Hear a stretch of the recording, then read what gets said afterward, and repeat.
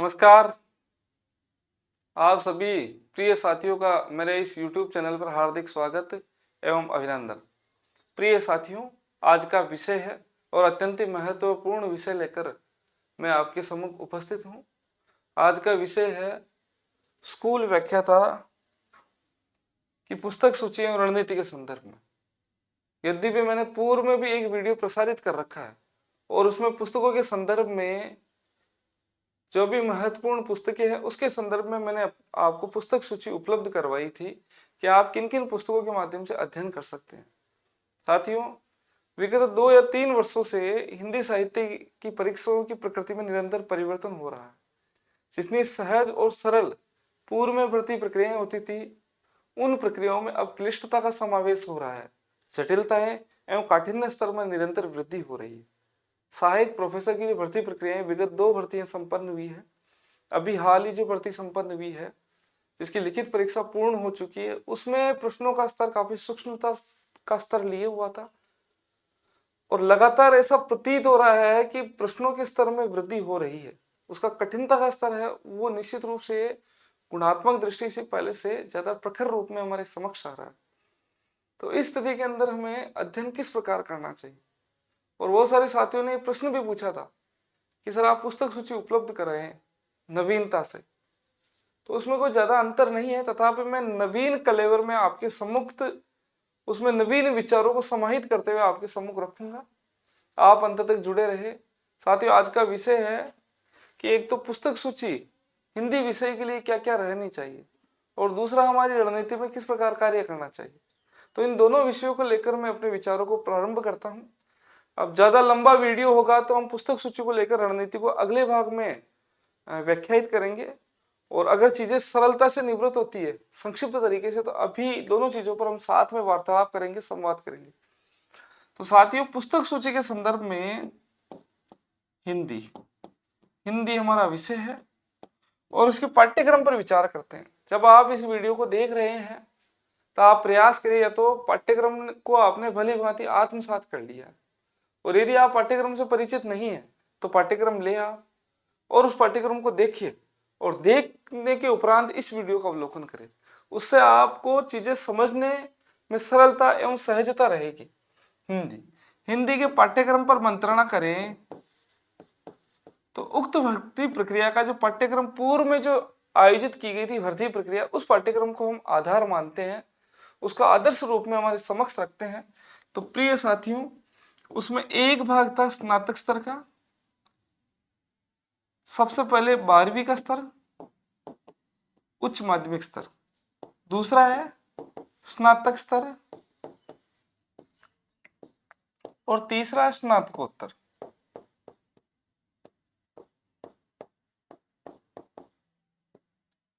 और चौथा पाठ्यक्रम है वो मनोविज्ञान से संबंधित है। इस प्रकार इस पाठ्यक्रम की संपूर्ण रूपरेखा 4 भागों में आधारित है। सबसे पहले जब भी कोई विद्यार्थी अध्ययन करना प्रारंभ करता है तो सबसे पहला विषय आता है कि उसके पास में पुस्तक कौन सी रहे, वो किन पुस्तकों को आधार मानकर उनको देवता तुल्य मानकर उसकी आराधना करे, उनसे विद्या का अर्जन करे, आराधना करे। और जब किसी विद्यार्थी की सत्यनिष्ठता अपने पुस्तकों के प्रति नहीं होती है तो कहीं ना कहीं जो याद करने की जो प्रक्रिया है, स्मरण करने की प्रक्रिया है, उसमें बहुत सारा अंतराल उत्पन्न हो जाता है। इसीलिए मैं आपसे आग्रह करूंगा, जब भी आप किसी पुस्तक का अध्ययन करें तो उसमें सर्वोपरि भाव रखे, उसके प्रति पूर्ण रूपेण ध्येयनिष्ठ रहे, संपूर्ण रूप से समर्पित भाव रखे और उस पुस्तक को पूर्णता से युक्त मानते हुए फिर आप आत्मसात करने का प्रयास करें। जब मन के अंदर इस प्रकार का भाव होगा तो चीजें सरल और आसान हो जाएगी, ये आप ध्यान दें। तो सबसे पहले जो पुस्तक, ये जो पाठ्यक्रम है, इसको 4 भागों में विभाजित करने के उपरांत हम सबसे पहले इसके उच्च माध्यमिक स्तर पर आते हैं, और मेरा प्रयास रहेगा कि इस विषय वस्तु को मैं संक्षिप्तता से युक्त करते हुए जल्दी निवृत्त करूं। और इसके अंदर सबसे पहले है विद्यार्थियों व्याकरण,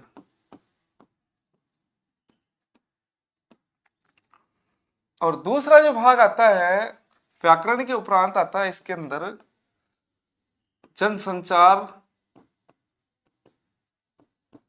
एवं अभिव्यक्ति से संबंधित, और तीसरा जो पहलू है वो है अपने काव्य शास्त्र। भारतीय काव्य शास्त्र का व्यवहारिक एवं सैद्धांतिक अध्ययन दोनों पहलुओं को इसमें सम्मिलित किया गया। अब यहाँ एक विषय उभरता है कि इनकी जो पुस्तक सूची मेरे द्वारा आपको उपलब्ध कराई जाएगी, बताई जाएगी, उपलब्धता का आशय है पुस्तकों का नाम से। तो मेरे द्वारा जो पुस्तकों के नाम आपको बताए जा रहे हैं उसमें दो चीजें समाहित है। पहली, मैंने प्रथम श्रेणी भर्ती प्रक्रिया उत्तीर्ण कर रखी है, उसमें मेरे कैसे अनुभव रहे हैं, सहायक आचार्य भर्ती प्रक्रिया में मेरे अनुभव कैसे रहे, उन दोनों चीजों को समेटते हुए वर्तमान परिवेश के हिसाब से कौन सी पुस्तकें उपयुक्त है। हो सकता है जब मैंने प्रथम श्रेणी उत्तीर्ण की हो तब उस समय के हिसाब से वो पुस्तकें उपयुक्त रही हो, और आज के हालात में, आज की बदलते हुए परिवेश में नवीन पुस्तकें अगर उपयुक्त है तो वो भी मैं आपको बताऊंगा। किंतु ये भी एक अधिकांश पुस्तकें मैं वही बताऊंगा जिनका मैंने अध्ययन कर रखा है। सबसे पहले है व्याकरण।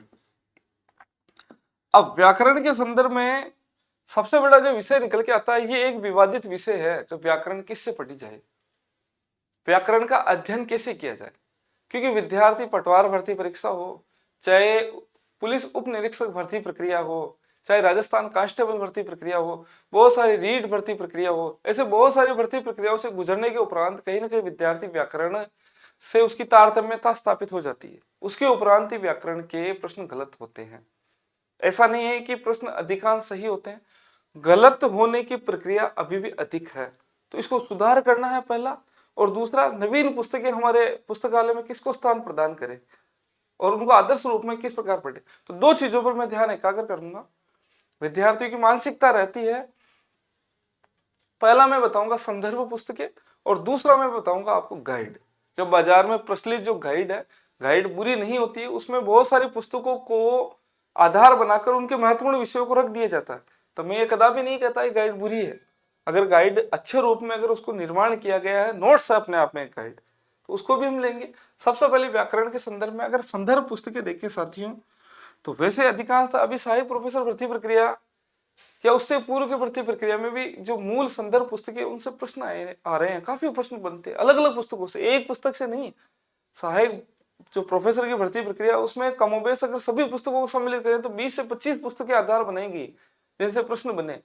पहला प्रश्न इस पुस्तक से, दूसरा इससे, तो प्रश्न पत्र और प्रश्न पत्रों के अंदर प्रश्नों की और पुस्तकों का सभी प्रकार से वैविध्य बढ़ रहा है।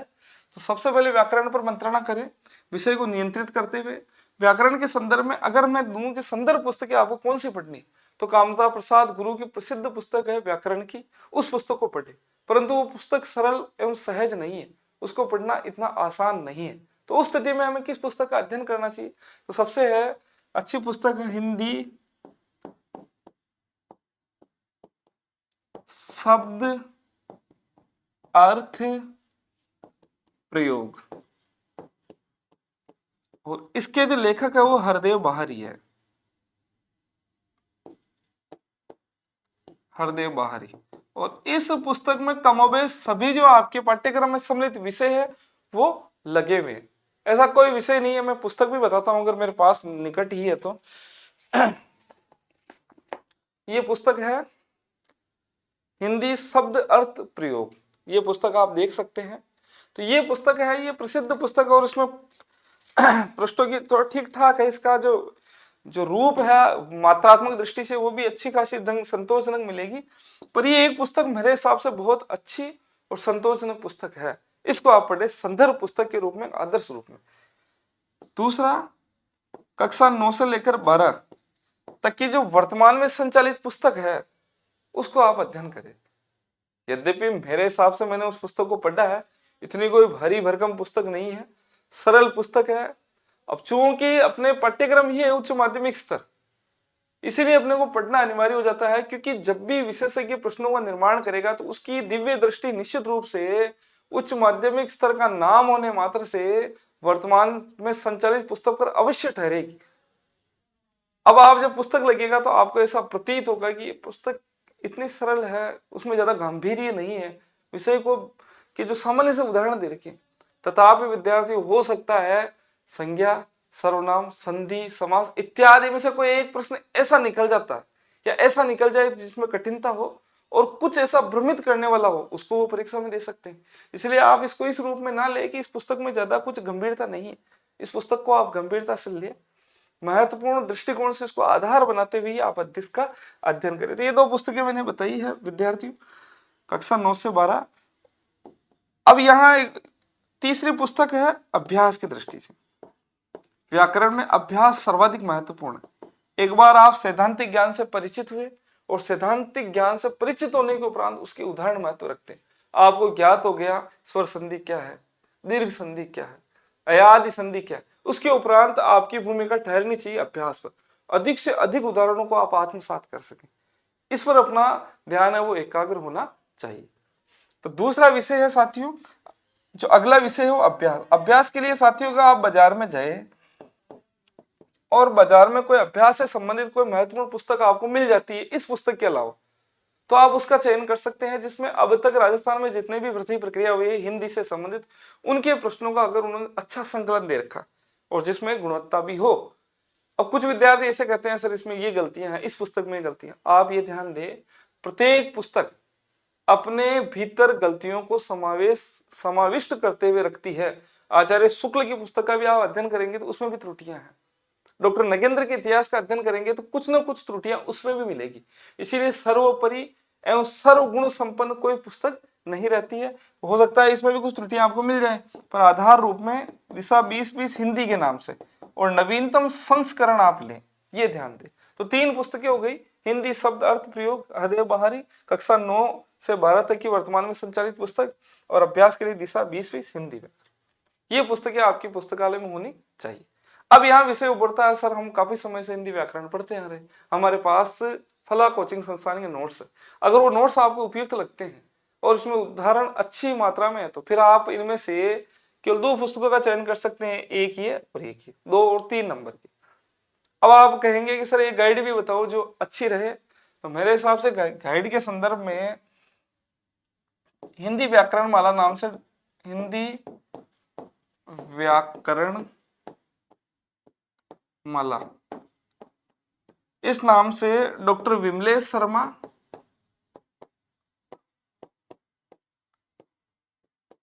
ये सहायक आचार्य ब्यावर जो राजकीय महाविद्यालय वहां कार्यरत है, और इसके अतिरिक्त डॉक्टर के आर मैया,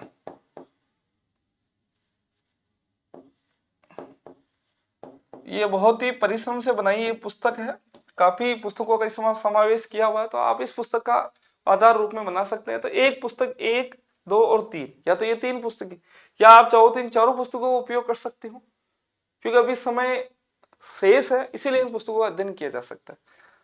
अब शेष जो गाइड है वो भी बहुत अच्छे रूप में बाजार में उपलब्ध है। अगर आपको प्रतीत होता है तो आप उनका अध्ययन कर सकते हैं। मैंने सार संक्षेप में जो मुझे महत्वपूर्ण लगी आज के समय के हिसाब से वो पुस्तक मैंने आपको बताई है। इसके अलावा कुछ विद्यार्थी कहेंगे एनसीईआरटी की सीबीएसई के अंदर पायनियर प्रकाशन पुस्तक है, वो भी अच्छी पुस्तक है। कुछ कहेंगे कि राघव प्रकाशन, वो भी प्रचलित पुस्तक, वो भी अच्छी है।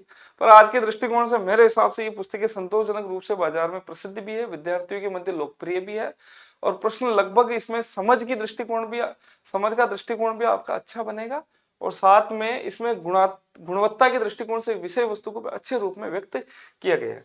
तो साथियों ये व्याकरण को लेकर आपका विषय वो निवृत्त हो गया। व्याकरण किस प्रकार अध्ययन करनी है, किसी भी शब्द को आप अध्ययन करते हैं तो उसको उपसर्ग के दृष्टिकोण से भी अपना मंतव्य रखें। उपसर्ग, समास, संधि, सभी प्रकार का आपका मस्तिष्क खुला हुआ होना चाहिए, और जब आप पढ़ते हैं तो उसके व्यवहारिक प्रयोग पर अपनी दृष्टि रखें। एक उदाहरण देखा उसको अच्छे से उसका छिद्र अन्वेषण करें, उसके उपरांत ही आगे बढ़े। कभी कभी ऐसा होता है कि हमने 100 से 150 उदाहरण देख लिए, चाहे संधि की हो चाहे समास की हो, परंतु उसकी जो स्मृति है उस स्मृति हमारे मस्तिष्क में उस रूप में एकाग्र नहीं हो पाती जिस रूप में होनी चाहिए। इसलिए उसको समझ रखते हुए एक एक बिंदु को अच्छे से समझे। सैद्धांतिक पहलू में ज्यादा दिमाग नहीं लगाना। सैद्धांतिक पहलू एक बार आपने अच्छे से पढ़े, पहलुओं को समझे और समझने के उपरांत उदाहरणों पर अपना ध्यान एकाग्र करें, उससे आपकी अच्छी समझ बनेगी। विषय काफी अधिक खींच रहा है। अब अगला विषय पढ़ते हैं, इसी में जनसंचार। जनसंचार चूंकि विषय मेरे दृष्टिकोण से कक्षा 12 का जो प्रचलित बिंदु है उसी से ही इसको ग्रहित किया गया है। तो जनसंचार के लिए एक पुस्तक आती है कक्षा 12 में, अभिव्यक्ति एवं माध्यम। अभिव्यक्ति एवं या और या तथा ऐसा कुछ करके कुछ नाम है। इसमें पत्रकारिता हो, चाहे कविता, डायरी लेखन है इत्यादि सभी पहलुओं को समाविष्ट किया गया। इसके अतिरिक्त क्या पढ़ेगा कक्षा 12 की इस पुस्तक के अतिरिक्त, इसके अतिरिक्त आपको क्या पढ़ना चाहिए, तो आप ध्यान दें, आपने कहीं से कोचिंग की है तो उसके नोट्स, उसमें कुछ भिन्न स्वरूप निश्चित रूप से मिलेगा। और इसके अतिरिक्त आप जो किसी गाइड वगैरह पर, एक गाइड पर आपको भरोसा करना पड़ेगा जिसमें कुछ बिंदु आ जाएंगे, तो वो गाइड उसमें से कुछ बिंदु आएंगे, तो ये मेरे हिसाब से पर्याप्त सामग्री, इनका आप अध्ययन करें। तीसरा है कक्षा 12 के इस पाठ्यक्रम में आता है अपने प्रिय विद्यार्थियों भारतीय काव्य शास्त्र। भारतीय काव्य शास्त्र,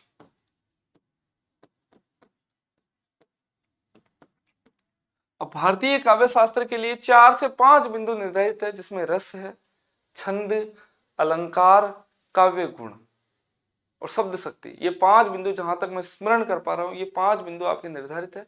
इन 5 बिंदुओं से प्रश्न पूछे जाएंगे। प्रश्न 2 प्रकार के बनते हैं काव्य शास्त्र में। पहले सैद्धांतिक पक्ष, अर्थात किसी की परिभाषा या विशेषताओं से संबंधित प्रश्न पूछा जा सकता है। यथा कि यमक अलंकार क्या है, उसकी विशेषताओं को लेकर आपसे प्रश्नोत्तरी हो सकती है। दूसरा प्रश्न पूछा जा सकता है उदाहरण से संबंधित, किसी प्रश्न में किसी का उदाहरण दे दिया और उसमें पूछा जा सकता है इसमें अलंकार कौन सा, छंद कौन सा इत्यादि। ये ध्यान रखें। इसके लिए पुस्तक कौन सी है, एक पुस्तक जो बारंबार उसी का नाम लिया जाता है, अलंकार पारिजात। अलंकार पारिजात पुस्तक के लेखक है नरोत्तम स्वामी। और दूसरी पुस्तक है, क्षमा करें, अब दूसरी पुस्तक, एक पुस्तक और आप किसी को भी ले सकते हैं, काव्यांग प्रभा नाम से डॉक्टर नवीन नंदवाना की पुस्तक अच्छी है। काव्यांग प्रभा नाम से डॉक्टर नवीन नंदवाना की पुस्तक अच्छी है, अच्छी पुस्तक निकाली है आपने नंदवाना। मोहनलाल सुखड़िया विश्वविद्यालय में आप अभी पदस्थापित है प्रोफेसर के पद पर, तो डॉक्टर नवीन नंदवाना की काव्यांग प्रभा, ये 2 पुस्तकें मेरे हिसाब से पर्याप्त है।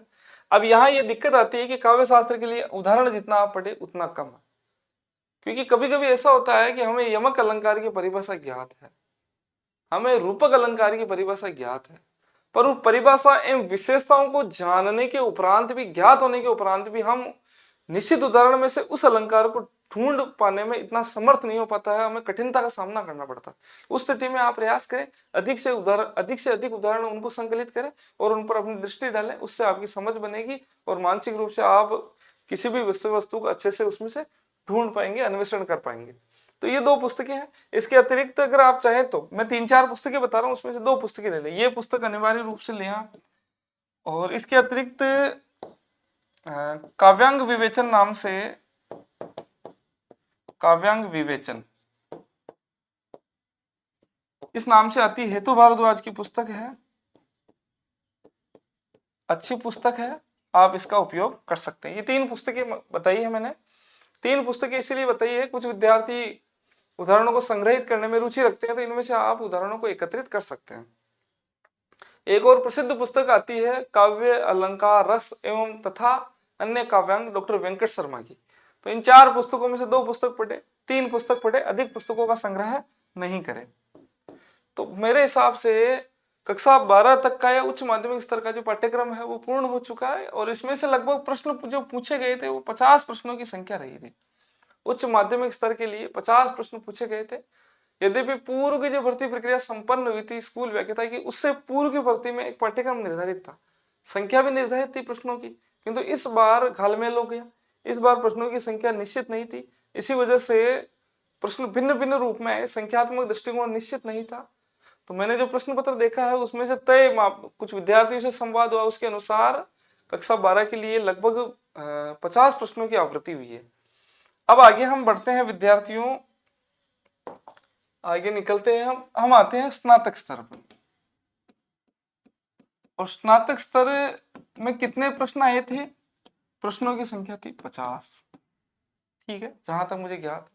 स्नातक स्तर के पाठ्यक्रम में क्या क्या है, हिंदी साहित्य का इतिहास, स्नातक के पाठ्यक्रम में हिंदी साहित्य का इतिहास। हिंदी साहित्य का इतिहास का अध्ययन कहाँ से करें, ये बड़ा विवादास्पद विषय है। विद्यार्थी जहां तक मैंने देखा है, उनका दृष्टिकोण देखा, वो मूल पुस्तकों से बचते हुए नजर आते हैं। वो चाहते हैं कोई गाइड मिल जाए और एक पुस्तक से अध्ययन कर ले और उससे सफलता अर्जित कर ले, और अध्ययन अर्जित करते भी है। सफलता अर्जित होती है क्योंकि गाइड में भी लगभग बहुत सारी सामग्री हमें एकत्र रूप में मिल जाती है। तो यहाँ मैं मूल पुस्तकें और गाइड दोनों का नाम बता दूंगा। स्नातक स्तर के लिए हिंदी साहित्य के इतिहास के लिए सबसे सर्वोपरि है शुक्ल जी का इतिहास। इसको संक्षिप्त रूप में लिख रहा हूं, हिंदी साहित्य का इतिहास, आचार्य रामचंद्र शुक्ल, ये ध्यान दें। दूसरी पुस्तक है डॉक्टर नगेंद्र और हरदयाल द्वारा संपादित, डॉक्टर नगेंद्र एवं हरदयाल, इनके द्वारा संपादित जो हिंदी साहित्य का इतिहास है, ये दो पुस्तकें। अगर ये दो पुस्तकें आप पढ़ लेते हैं तो मुझे नहीं लगता किसी तीसरी पुस्तक की आपको आवश्यकता पड़ेगी। इन पुस्तक में से क्या आपको अध्ययन करना है, जो बिंदु आपके पाठ्यक्रम में निहित है, उन्हीं विषय वस्तु का इसमें से आपको अध्ययन करना। अब एक विषय आता है कि आप समझ के दृष्टिकोण से कौन सी पुस्तक पढ़ सकते हैं। पहली गाइड के रूप में प्रतियोगिता साहित्य सीरीज, प्रतियोगिता साहित्य सीरीज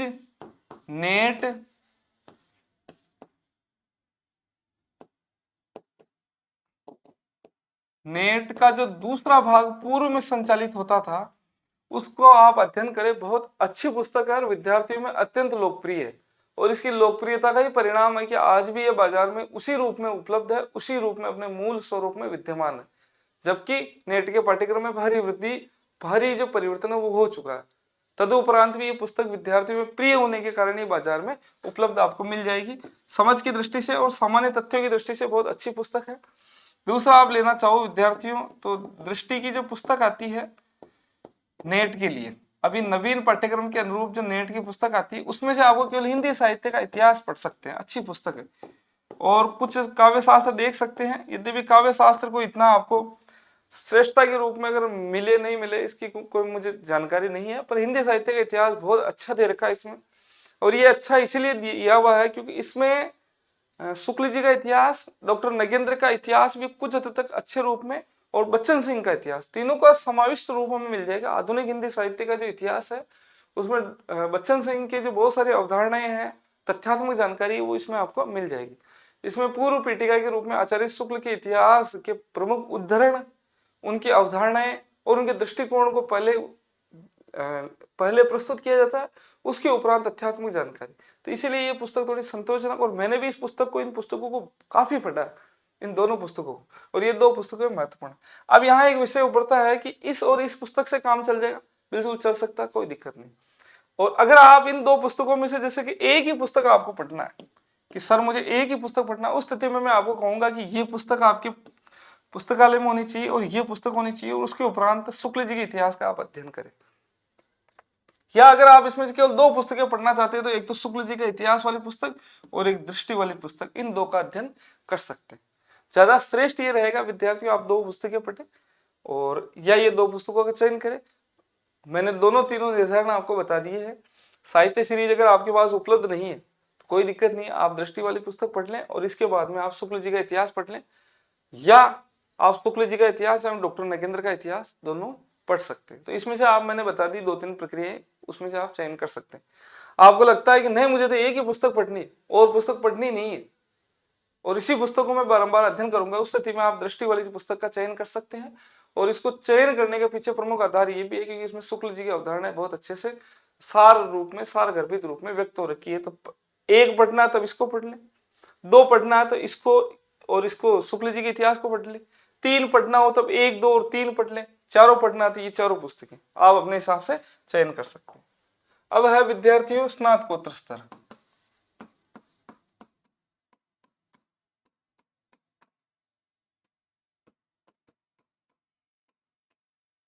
स्नातकोत्तर स्तर के लिए सबसे पहले भारतीय काव्य शास्त्र में काव्य हेतु, प्रयोजन, लक्षण इत्यादि शायद विषय सम्मिलित है।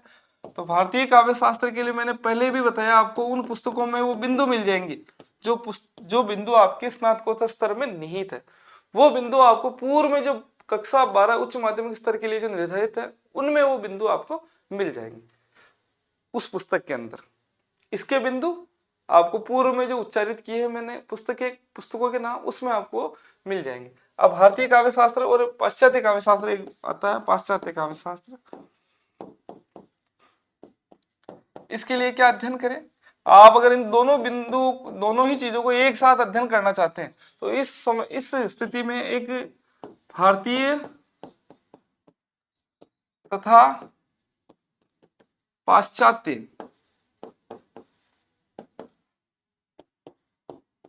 भारतीय पाश्चात्य काव्य शास्त्र का संक्षिप्त विवेचन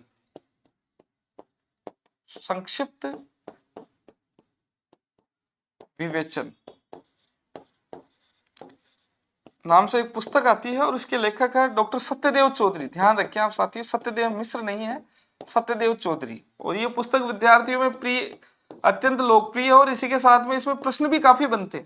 डॉक्टर सत्यदेव चौधरी एवं शांति स्वरूप गुप्त। डॉक्टर शांति स्वरूप गुप्त, ये दो लेखक द्वि, इसके आधार पर ये पुस्तक इन्होंने रचना की है। भारतीय तथा पाश्चात्य काव्य शास्त्र का संक्षिप्त विवेचन। इसमें से जो बिंदु आपको पाश्चात्य काव्य शास्त्र के नहीं थे उनको इसमें से आप पढ़ सकते हैं, और भारतीय काव्य शास्त्र के जो बिंदु वो भी इसमें आपको मिल जाएंगे। अब बात आती है कि एक पुस्तक और बताई जाए। मुझे नहीं लगता इसके अलावा कोई पुस्तक की आवश्यकता है, फिर भी आप अगर इस पुस्तक के अलावा एक पुस्तक पढ़ना चाहते हो तो गाइड में जहां आपको पाश्चात्य काव्य शास्त्र मिल जाता है वहां से अध्ययन कर ले, क्योंकि 2 या 3 बिंदुओं के लिए भिन्न भिन्न पुस्तकों को अध्ययन करना मेरे हिसाब से थोड़ा सा विपरीत दृष्टिकोण सही माना जाता है। इतना विद्यार्थी पढ़ते भी नहीं है और एक बोझल स्वरूप भी हो जाता है। अभी सहायक आचार्य के लिए आप अध्ययन कर रहे होते हो तो निश्चित रूप से 3-4 पुस्तकें आपको अध्ययन करनी पड़ती। अगर इन दोनों की जगह एक और अगर विकल्प के रूप में देखें तो भारतीय एवं पाश्चात्य काव्य शास्त्र डॉक्टर विवेक शंकर की एक पुस्तक है जो भी विद्यार्थी में लोकप्रिय है, उसका आप अवलोकन कर सकते हैं। तो विद्यार्थी ये पुस्तक ये बताती, इसमें भी 2 सामग्री है। इसमें से 30 प्रश्न मेरे हिसाब से आए थे स्नातकोत्तर स्तर में। इसमें से ये जो काव्य शास्त्र वाले भाग में से 10 प्रश्नों की आवृत्ति हुई है और एक भाग और छूट जाता है, गद्य एवं पद्य पाठ। गद्य पद्य पाठ।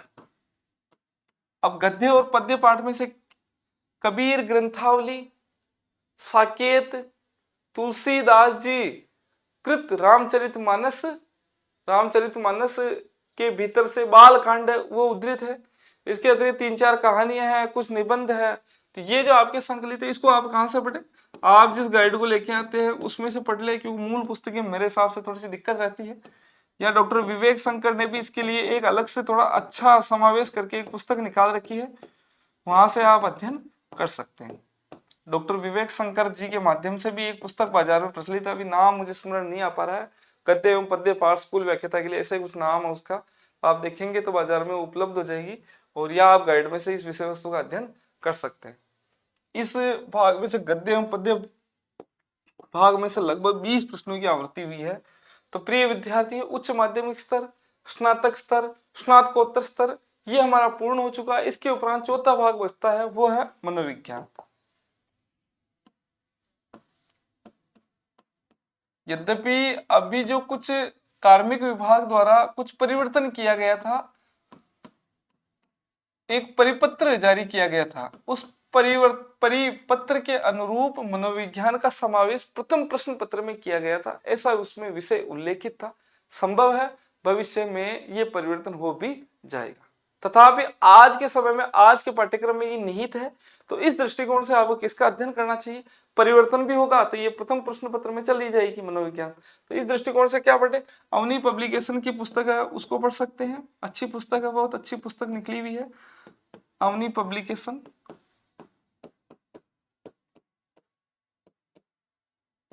सिकवाल पब्लिकेशन की भी अच्छी आती है पुस्तक,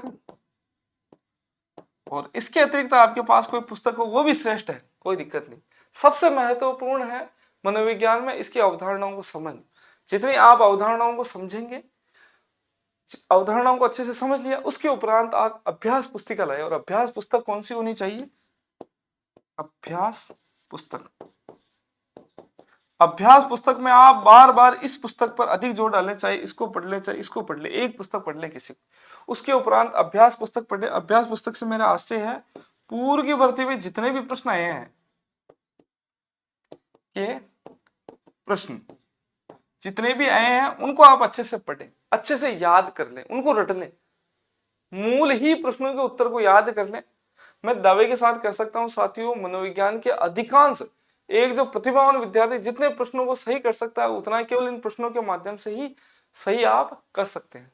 तो साथियों ये पुस्तक सूची को लेकर मैंने आपको एक नवीनतम संस्करण मान सकते हैं। जैसे पुस्तकें अपने नवीन रूप में प्रकाशित होती रहती है आवश्यकता अनुसार, समय काल परिस्थिति के अनुरूप, उसी के अनुरूप मैंने आपको ये नवीन पुस्तक सूची जो है वो उपलब्ध कराई है। आप इनको देखिए, समझे, ये कोई 100% नहीं है, आप इसमें अपने अनुरूप भी एक दो पुस्तकों को कम ज्यादा कर सकते हैं।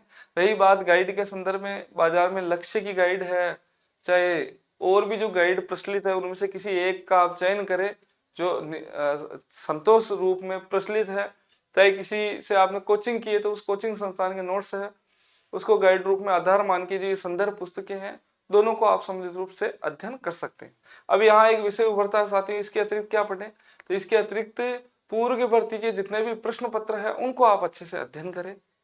पूर्व की भर्तियों में जितने भी प्रश्न आ रखे हैं उनको आप अच्छे से पढ़ने के लिए यूथ कंपटीशन की पुस्तक आती है, अच्छी खासी मोटी पुस्तक है, उसका आप अध्ययन कर सकते हैं। यूथ कंपटीशन की पुस्तक या फिर राजस्थान के प्रश्न पत्रों को लेकर कोई पुस्तक प्रचलन में हो उसका आप अध्ययन कर सकते हैं। तो ये आज के बहुत सारे बिंदुओं को मैंने समाविष्ट किया है। मेरे हिसाब से वीडियो काफी बड़ा हो चुका है। रणनीति के संदर्भ में आगामी कुछ दिवसों में मैं एक वीडियो प्रसारित करूंगा जिसमें हिंदी के विद्यार्थी प्रथम श्रेणी की तैयारी किस प्रकार कर सकते हैं। पुस्तक सूची हमने सज्ज कर ली है, इसके उपरांत हम अध्ययन किस प्रकार करें ताकि प्रथम प्रयास में हम सफलता अर्जित कर सकें। इसके अतिरिक्त आप साथियों मेरे YouTube चैनल को से जुड़े, टीका करें, इसको साझा करें अपने साथियों में, इसको पसंद करें।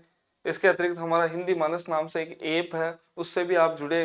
भविष्य में टेस्ट सीरीज से लेकर पाठ्यक्रम से लेकर जितनी भी आप गतिविधियां हिंदी से संबंधित है तो हिंदी के विद्यार्थियों के लिए हमारे तरफ से उनके अध्ययन में योग प्रदान करने के लिए कुछ कार्यक्रम चलाए जाएंगे, कुछ विशेष जो कोर्स वगैरह प्रारंभ किए जाएंगे, पाठ्यक्रम प्रारंभ किए जाएंगे। तो हो सकता है आपको उनसे लाभ प्राप्त हो, तो आप जुड़े रहे। और आप सभी को ढेरों शुभकामनाएं। धन्यवाद, नमस्कार।